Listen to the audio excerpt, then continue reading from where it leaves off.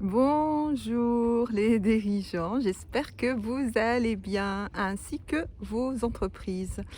Tout d'abord, j'ai envie de vous partager la joie et le luxe de pouvoir choisir son emploi du temps, de choisir ses rythmes et de décider un lundi matin, que ma journée va démarrer par une balade en forêt et ça, c'est, juste incroyable et donc je t'en parlerai dans une autre vidéo, peut-être ça fait partie des rituels que je mets en place pour recharger mes batteries et qui ont vocation de faire du préventif.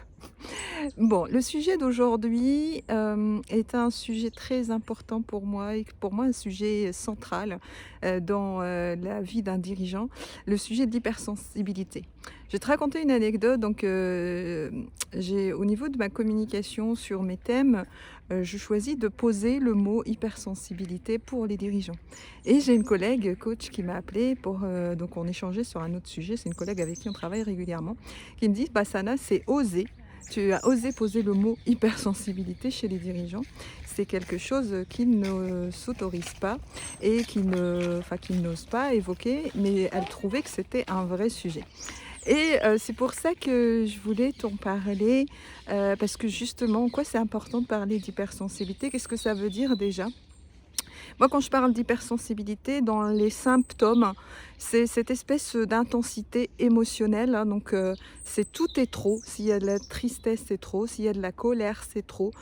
Tout est à fleur de peau, tout est, démultiplié dans les sensations et ça peut s'accompagner en fait d'une hyperacuité, d'une hyper-écoute sur les émotions des autres. Donc une personne hypersensible va avoir une intensité émotionnelle, à son niveau, mais va en avoir aussi vis-à-vis de son entourage.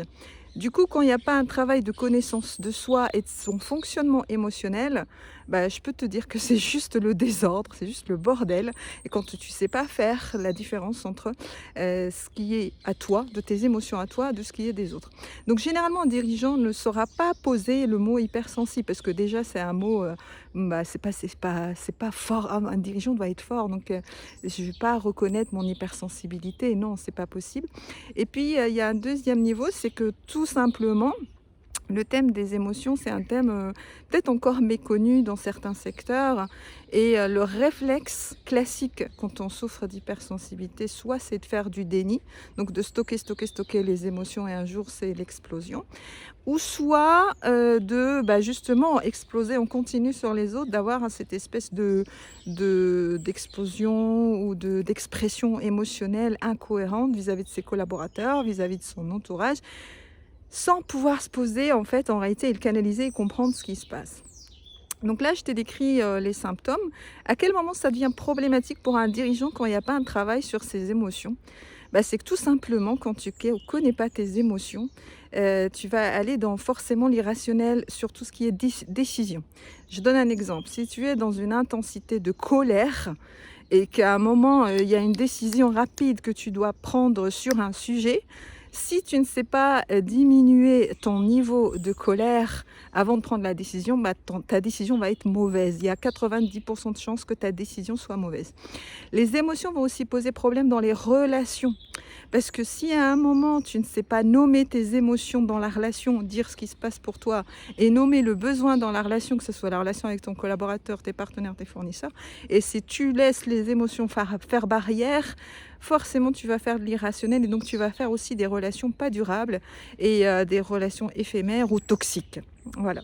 Donc du coup, vraiment gros sujet parce que, moi les clients que j'ai, qui viennent, à moi en coaching, en session de découverte, j'ai remarqué qu'ils ont tous cette caractéristique de l'hypersensibilité pour la simple raison que moi aussi, j'ai souffert très longtemps d'hypersensibilité. J'ai fait un gros boulot sur mes émotions et je continue à en faire et donc j'ai dû développer beaucoup de clés qui aide à vraiment, comprendre en fait ses émotions.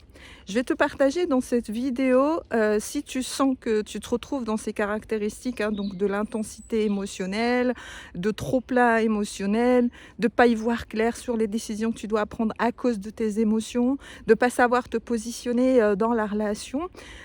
Une clé, toute simple, c'est d'abord d'avoir des espaces de off, en fait. vraiment des espaces où tu fais le vide vraiment, il n'y a personne, tu es seul, et faire une activité qui te ressource. Et cet espace off va te permettre peut-être au moins de nommer ce qui se passe pour toi, en fait. Quand il y a un sujet qui bloque, ou une relation qui bloque, une décision que tu dois prendre qui bloque, bah donc cet espace off va te permettre de nommer comment tu te sens. Voilà, vraiment, si tu arrives juste à me répondre tout simplement sur cette question, comment tu te sens, c'est déjà énorme. Parce que quand on fait du déni d'émotion, généralement, c'est une question à laquelle on ne sait pas répondre. Deuxième clé toute simple, c'est de savoir mettre un besoin en face de ton émotion. Si tu es tout le temps dans une intensité émotionnelle en lien avec la colère, il y a de fortes chances que ça soit dans la notion de tes valeurs, que tu respectes pas tes valeurs, que tu respectes pas ton territoire, ou que tu respectes pas tes besoins vis-à-vis des autres. Donc, si c'est la colère qui est tout le temps là, va regarder quels sont tes besoins par rapport au respect de tes valeurs.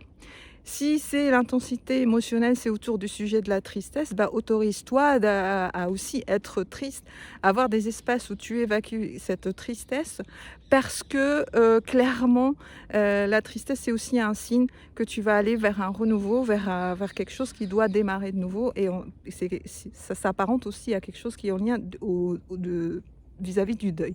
Donc vraiment, les deux clés essentielles sur le thème des émotions, c'est de savoir les nommer. Déjà, ça allège énormément de savoir nommer son émotion, et donc de mettre en face de l'émotion un besoin. Parce que quand on sort de l'émotion irrationnelle et quand on la nomme et on la transforme en besoin, forcément, on sort de l'irrationalité et l'intensité émotionnelle.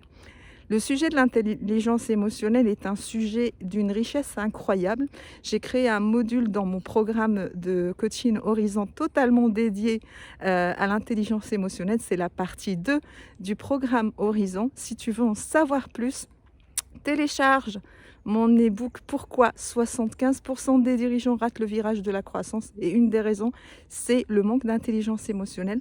Et donc tu seras alerté sur ma newsletter et sur des sujets, des articles plus en lien avec l'intelligence émotionnelle, qui est un sujet qui me passionne énormément. Je te souhaite une excellente journée. Je te souhaite de savoir nommer tes émotions et de mettre en face des besoins. À très bientôt.